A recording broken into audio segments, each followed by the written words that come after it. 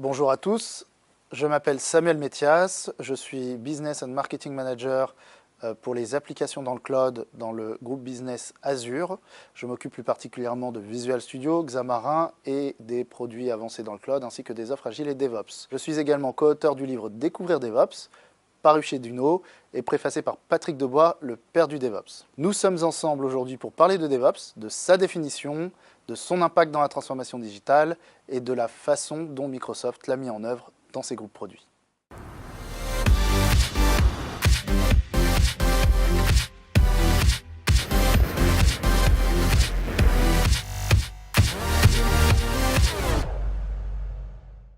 Bonjour à tous, nous sommes donc ensemble pour parler de DevOps et notamment de l'importance du DevOps dans la transformation digitale. Nous avons pu voir dans d'autres sessions à quel point ces démarches étaient importantes pour accélérer le cycle de vie des applications et pour les prochaines générations d'applications dans leur capacité à être réactives. Ce qui est intéressant avec DevOps, et ce qu'on retrouve d'ailleurs avec la transformation digitale, c'est que c'est un concept dont tout le monde parle en ce moment, mais personne ne sait ce que c'est. Nous allons donc commencer par essayer d'éclaircir un petit peu notre vision du DevOps. C'est vrai que lorsque, chez Microsoft, y compris chez Microsoft France, nous avons voulu commencer à parler du DevOps, eh bien, d'une division à l'autre, d'une équipe à l'autre, d'un groupe à l'autre, on avait souvent une définition différente.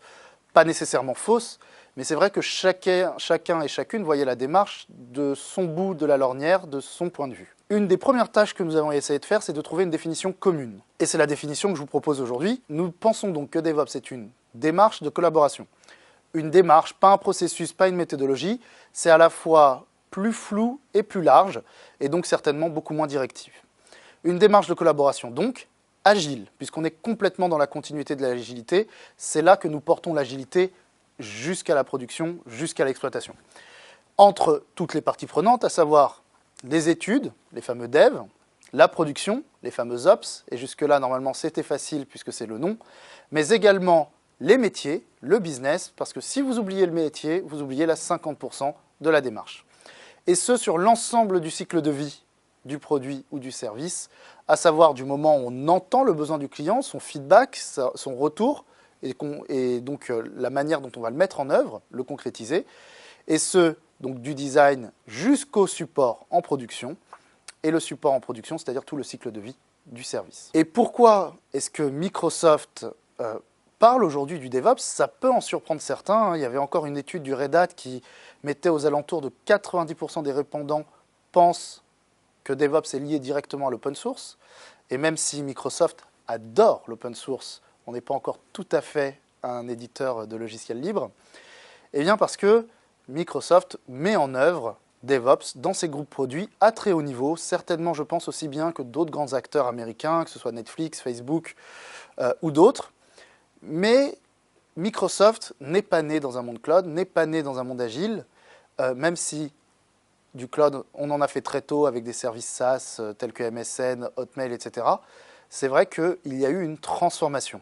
Microsoft est une de ces rares entreprises de plus de 100 000 personnes dans le monde à avoir dû se transformer pour embrasser un monde agile, un monde cloud. Cette transformation-là rend cette expérience si particulière et que nous souhaitons partager aujourd'hui avec nos clients et nos partenaires qui souhaitent s'en inspirer en tout ou partie. Microsoft a changé de dimension. Changer de dimension, c'est-à-dire qu'on est vraiment passé de produits où on avait des roadmaps à 10 ans, où on pouvait vous annoncer 2 ans à l'avance la fonctionnalité qu'il y aurait dans la prochaine version d'un produit, à des fonctionnalités qui sont mises à jour toutes les 3 semaines dans les services. On a donc changé de métrique de l'ordre de l'année à la semaine, ce qui est quand même un gap relativement important. Mais si on souhaite aller un peu plus loin dans la définition de DevOps, j'aime beaucoup présenter DevOps sous 3 piliers. Vous m'avez peut-être déjà entendu le dire auparavant. Ces 3 piliers fondamentaux sont 1. La culture de la collaboration. La culture de la collaboration, ça veut dire créer de la confiance, collaborer en confiance.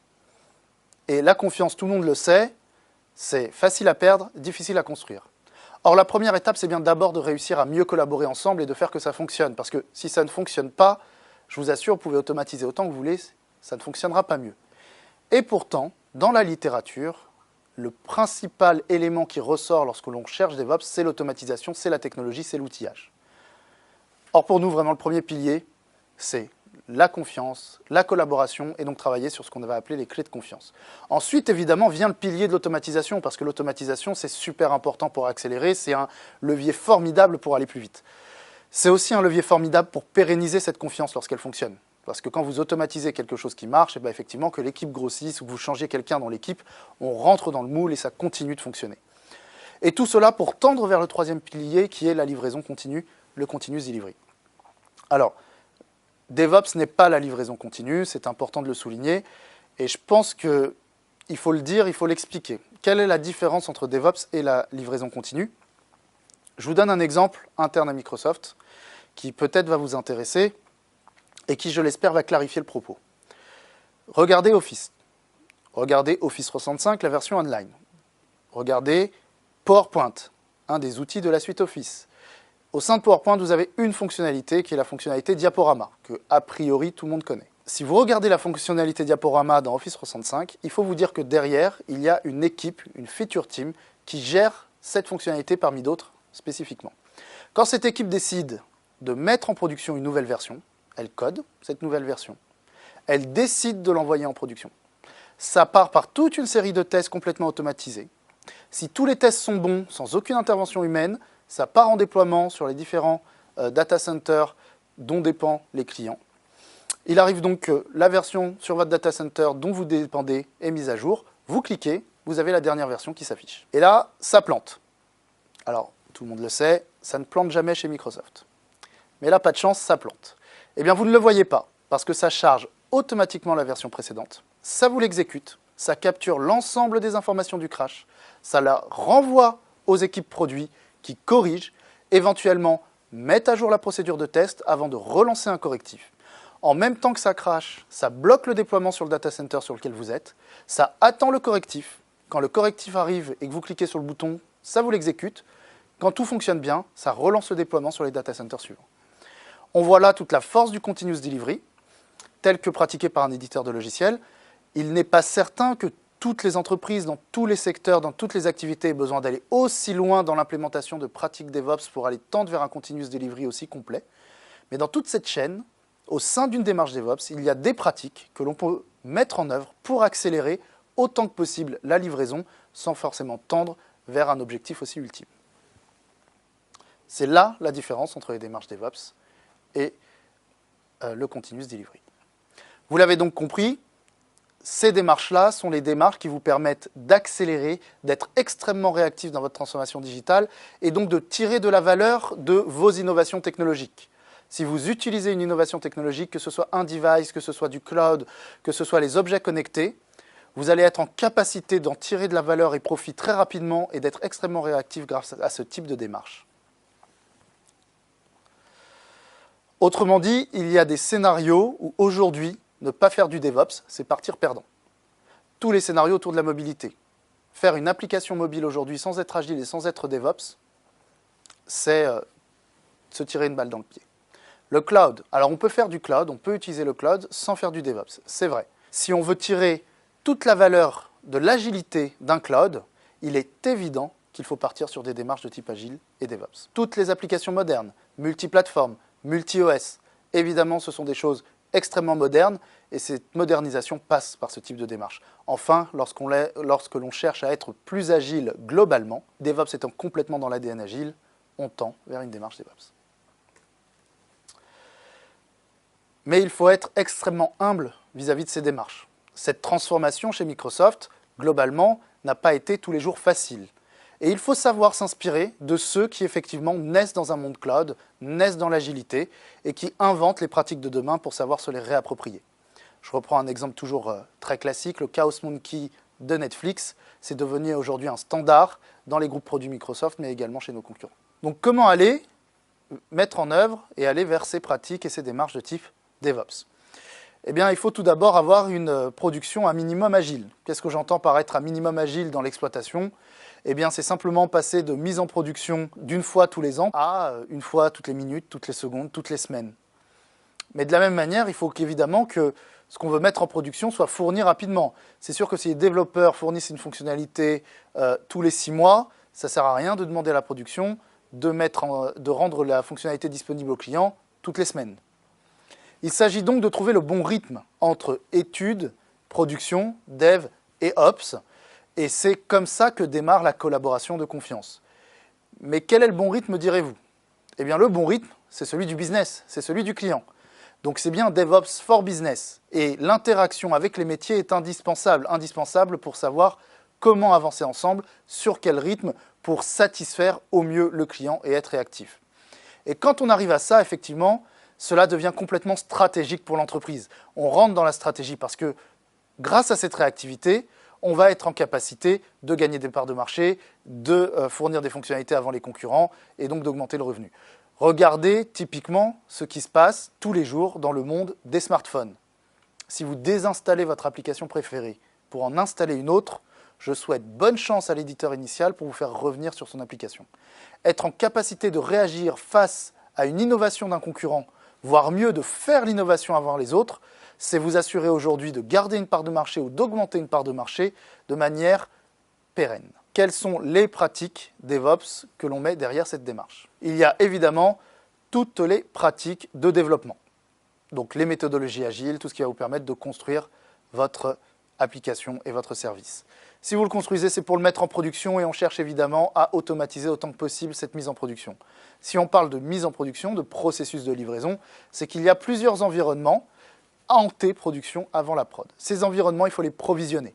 Et il faut les provisionner de manière à ce qu'ils répliquent autant que possible et aussi fidèlement que possible l'environnement de production, et cela que ce soit on-premise ou dans le cloud. Et évidemment, le cloud facilite grandement la chose.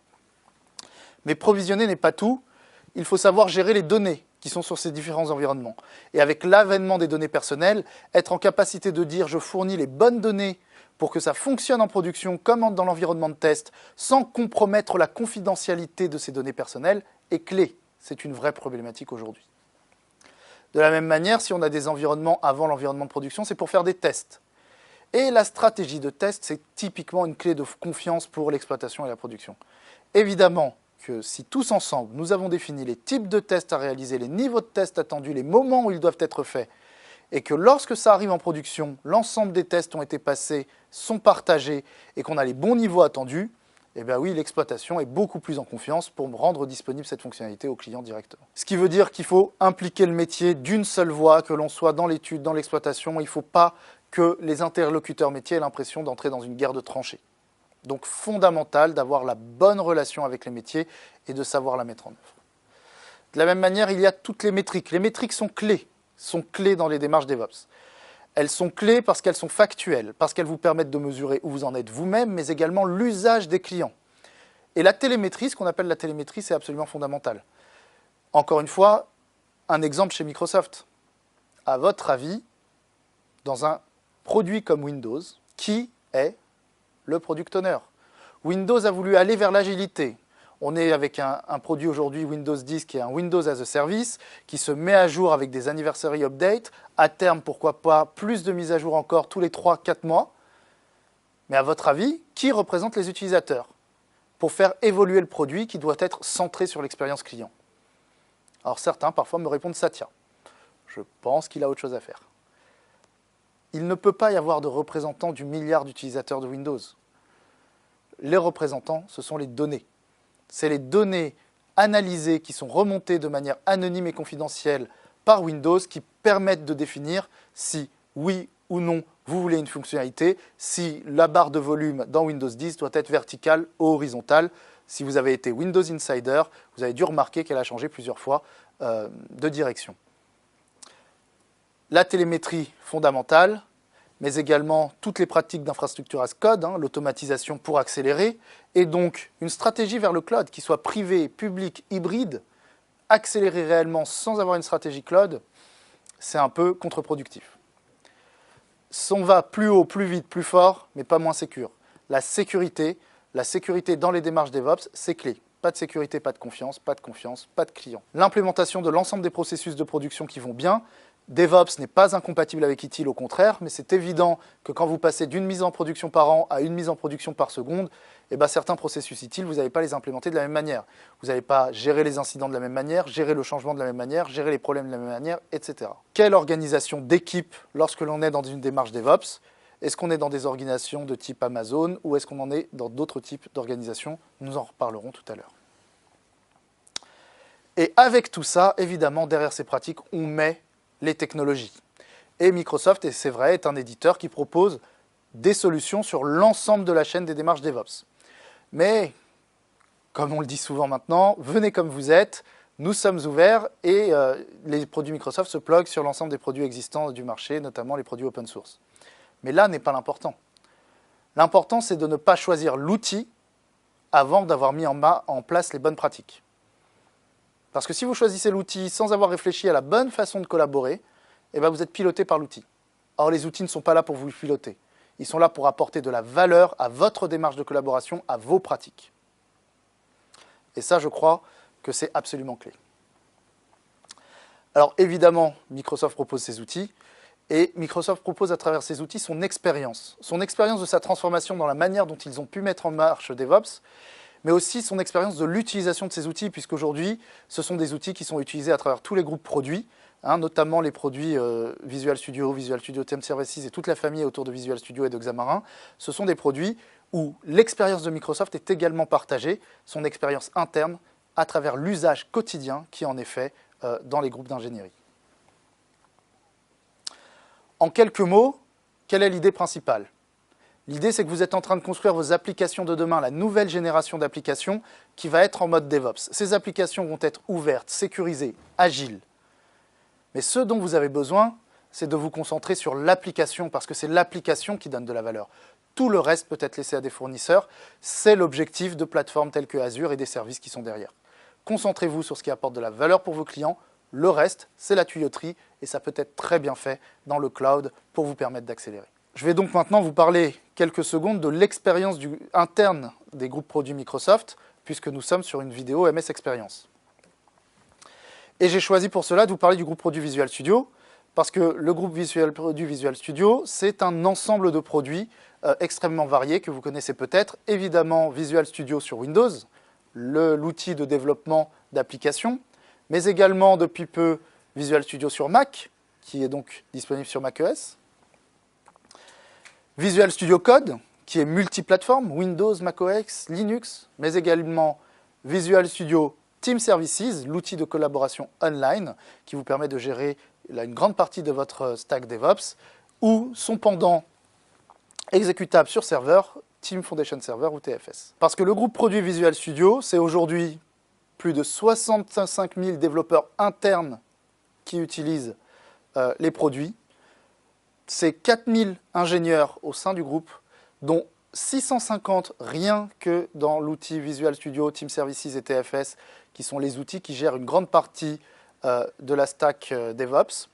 Et c'est plus d'une quarantaine d'équipes produits autour des fonctionnalités, ce qu'on appelle des feature crew ou feature team. Quelques principes généraux qui ont présidé à cette transformation. Lorsque le groupe produit a cherché à se transformer, il s'est concentré d'abord sur ce qu'il voulait cadrer et ensuite sur l'autonomie qu'on voulait laisser. Cette transformation s'est faite à la fois par un fort sponsorship du management, mais aussi par une forte demande des ingénieurs qui ont voulu aller d'abord vers l'agilité, ensuite vers des démarches DevOps. Et globalement, l'idée c'est soyons autonomes pour aller plus vite, mais alignons-nous pour être cohérents. Donc tout ce qui a été organisation, rôle, équipe, taxonomie, cadence, ce sont des choses sur lesquelles on s'aligne au sein d'un groupe produit aussi important. Mais tout ce qui va être pratique, plan, mise en œuvre au quotidien, ça, chaque équipe va être extrêmement autonome. C'est notamment des principes qui sont issus du livre Drive de Daniel Pink. Par exemple, en ce qui concerne les fonctionnalités, ce n'est pas le tout de dire qu'on a des fonctionnalités qu'on va mettre dans le produit. Encore faut-il avoir une vision. Ce n'est pas le tout de dire qu'on veut aller vers l'agilité. Si on dit qu'on va aller petit pas par petit pas sans savoir où on va dans le mur. Donc la vision est importante. Et la vision, ça reste la thématique qui est liée au niveau de la division. C'est ce qui est multi-release, c'est à plusieurs années. Cette vision est déclinée en scénarios. Ces scénarios n'ont pas vocation à vivre plus de 18 mois. Donc on a encore quelque chose qui ressemble à du plan, mais qui est relativement de haut niveau. Ensuite, tout le reste, les équipes sont autonomes. Décliner ces scénarios en expérience utilisateur, ce qu'on appelle des Minimum Marketable Features, des MMF, pour ensuite avoir des histoires, des fonctionnalités et enfin décliner ces user stories en tâches et en cas de test. Tout ça, c'est fait de manière complètement autonome par les équipes. La MMF, si vous voulez, c'est vraiment l'élément qu'on peut retrouver sur la boîte d'un produit. Être à ce niveau-là en autonomie, c'est quand même quelque chose d'assez important. Parmi les choses extrêmement importantes également qui ont été mises en œuvre dès le début, c'est de casser les intermédiaires dans la chaîne de communication. Cesser de passer par un nombre incalculable d'intermédiaires hiérarchiques, tout ce qui était le mid-management, pour pouvoir parler à un chef et prendre une décision stratégique. Aujourd'hui, les équipes ont un accès direct au directeur de la division pour pouvoir prendre des décisions stratégiques. On peut également remarquer une particularité dans l'organisation des pratiques agiles. Le groupe produit a par exemple fait le choix d'itération de 3 plus une semaine. Itération de 3 semaines pour évoluer sur le produit, plus une semaine consacrée à la mise en livraison. Et durant cette semaine-là, en parallèle, démarre l'itération suivante. Donc on est sur des itérations à cheval qui sont quand même une façon, disons, spécifique d'implémenter l'agilité, mais qui correspond très bien aux besoins du groupe produit. Autre particularité, notamment sur le produit Team Foundation Server et Visual Studio Team Services, c'est que le produit online et le produit on-premise partagent le même code source. C'est la raison pour laquelle toutes les 3 semaines, une nouvelle fonctionnalité arrive sur la version online et elle se retrouve tous les 3 mois dans la release de la version on-premise. Donc on arrive à faire du DevOps sur des produits en ligne comme sur des produits en boîte, via des branches spécifiques de gestion des sources. On est sur une gestion des livraisons complètement automatisée, un peu à l'image d'Office 365 dont je vous parlais. Lorsqu'une nouvelle release arrive, c'est poussé de data center en data center, en commençant par le data center du groupe produit lui-même, puisque c'est un groupe produit qui développe des produits pour les développeurs, donc il les utilise lui-même. Ensuite, sur l'ensemble des groupes produits Microsoft, les insiders, et enfin, l'ensemble des clients. C'est un groupe produit qui a également poussé très loin sa stratégie de test et d'automatisation, puisqu'on est sur des tests à plusieurs niveaux, 4 niveaux exactement, qui vont des tests techniques aux tests en production, qui ont été automatisés autant que possible pour avoir des temps d'exécution pour une MMF extrêmement courts, moins de 5 secondes pour les tests techniques et les 4 tests, moins de 5 minutes pour les tests fonctionnels, et par contre, près de 30 minutes, voire un peu plus pour les tests en production, puisque là, il y a encore un certain nombre de tests manuels qui peuvent être faits. Mais cette automatisation poussée à l'extrême des tests n'a pas pour autant complètement réglé le problème de la dette technique. C'est vrai qu'en passant du cycle en V à l'agile, on s'est dit cette dette technique, au lieu de la voir grandir et de devoir faire une grande phase de test pour la réduire, elle devrait être à peu près, avoir une fluctuation constante à peu près dans le temps. Il se trouve qu'il faut être réaliste et qu'au fur et à mesure des itérations, malgré tout, il y a une augmentation légère mais continue de la dette technique. Et c'est un groupe produit qui a décidé, à chaque fois que nécessaire, globalement c'est à peu près toutes les 6 itérations, mais ça peut varier, de faire des itérations dédiées à la stabilisation pour réduire la dette technique. Donc encore une fois, il y a un côté très pragmatique dans la façon dont est implémentée les pratiques DevOps et les méthodologies agiles. Lors des mises en production des fonctionnalités, ont été également introduits le principe des feature flags. C'est-à-dire qu'on introduit le nouveau code sans le rendre exécutable immédiatement. Et puis à un moment, on décide d'appuyer sur le bouton On, et le nouveau code est exécuté sans que l'ancien code soit pour autant supprimé. On change simplement le chemin d'exécution, et lorsque tout fonctionne et qu'on est absolument certain que tout va bien, ça devient réellement le chemin par défaut et on supprime l'ancien code. On a donc une procédure de mise en production et de test du code qui est extrêmement poussée. Pour arriver à un tel niveau, c'est vrai que tout est suivi en termes de télémétrie, que ce soit en termes de dashboard de télémétrie interne avec des indicateurs extrêmement complets, que ce soit en termes de KPI, d'indicateurs de performance pure avec de la BI, de l'intelligence sur l'usage, sur l'exécution interne opérationnelle, que ce soit avec des indicateurs de performance par exemple, toujours en cherchant à avoir un maximum d'intelligence, ou que ce soit dans la façon dont on trace le code, pour pouvoir aller jusqu'à activer et désactiver le moindre connecteur logique en fonction de l'utilisateur ou du groupe d'utilisateurs. Historiquement, les équipes étaient extrêmement hiérarchisées. Vous aviez une hiérarchie de programme manager, une hiérarchie de développeurs, une hiérarchie de testeurs, et le groupe produit était organisé ainsi. Il a été décidé de rendre tout ça beaucoup plus DevOps, tout d'abord en fusionnant les développeurs et les testeurs dans une chaîne hiérarchique d'ingénieurs, en introduisant de nouveaux rôles, tels que les data scientists, et en mettant sur la photo les ops, l'exploitation et la production. Toutes ces équipes gardent leur hiérarchie propre, mais c'est parmi ces équipes qu'on sélectionne un programme manager, des ingénieurs, pour former une équipe autour des fonctionnalités, une feature crew ou feature team. Ces feature crew ou feature team est rattaché à des data scientists qui leur permettent d'analyser les besoins des utilisateurs et d'aider à orienter les choix sur le produit. Et concernant l'exploitation, il n'a pas été fait le choix de déporter quelqu'un de la prod directement dans l'équipe, comme ça a pu être fait chez Amazon, avec le fameux principe You built it, you run it, mais de fonctionner en mode hub, avec un référent Ops pour chacune de ces équipes, référent qui est au quotidien en contact avec eux, mais qui garde des fonctions au sein de sa propre équipe et qui garde une transversalité de l'information importante au sein de l'équipe de production, notamment avec le service desk. Si nous avons bien un mode de fonctionnement en mode hub, rien n'empêche effectivement de continuer à avoir des équipes sur des sujets transverses qui regroupent des différentes personnes, des différents liens hiérarchiques pour faire des vertical teams, des V-teams. Vous l'avez compris, le rôle des Ops a quelque peu évolué à travers cette réorganisation, puisqu'aujourd'hui, ils ne sont plus en train de contrôler les mises en production, de devoir valider ce qui va arriver en production, mais ils sont sur un mode beaucoup plus proactif, beaucoup plus analytique, où ils cherchent à empêcher le moindre problème en production. Et lorsqu'il arrive, ils sont force d'analyse et de propositions extrêmement importantes. Et c'est un travail qu'ils font main dans la main avec les équipes d'ingénieurs. On est vraiment sur une valorisation du rôle des opérations, notamment avec l'arrivée de plateformes cloud telles qu'Azure, qui est extrêmement important et qui, je pense, apporte énormément de valeur dans ce nouveau rôle, pour le dire en quelques mots seulement, et ça mériterait, je pense, beaucoup plus longtemps. Voilà, nous sommes arrivés au bout de cette vue d'ensemble sur les démarches DevOps, de ce retour d'expérience un peu haut niveau sur le groupe produit Visual Studio. J'espère que ça vous a plu et j'espère vous retrouver bientôt chez Microsoft et sur Microsoft Experience Online.